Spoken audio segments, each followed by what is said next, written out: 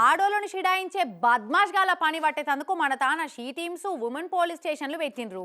ఇక ఎవరన్నా ఆడవిల్లల తెరువుకు వైర్రని తెలితే తోకలు కత్తిరిస్తుంటారు మహిళా పోలీసు వాళ్ళు. వాళ్ళని దలుచుకుంటే చెమటలు ఉట్టాలి అన్నట్టే చేస్తారు. అయితే ఇక్కడ ఇట్లుంటది కదా.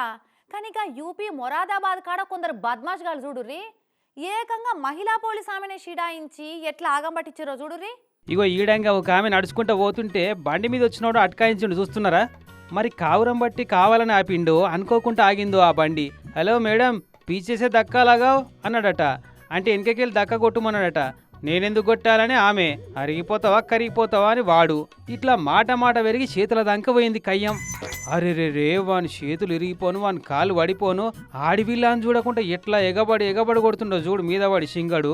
నడిమిట్లా పెద్ద మనిషి వచ్చి వద్దని చెప్తున్నా ఇంటలేడు. ఇక వాని తోడ ఇంకో ఇద్దరు బద్మాషోళ్ళు కూడా ఉన్నట్టుర్రు. మామూలు ఆడివిల్ అయితే ఏం చేసేటోళ్ళు, కానీ ఈమె మొరాదాబాద్ సివిల్ లైన్ పిఎస్ లా కొలువు చేసే లేడీ పోలీస్ కానిస్టేబుల్ అట. మరి నేనే భయపడితే సాటి ఆడివిల్ల కథ ఎట్లా అని ఇట్లా ఆడపులి లెక్క లాడాయి చేసింది వానితోటి.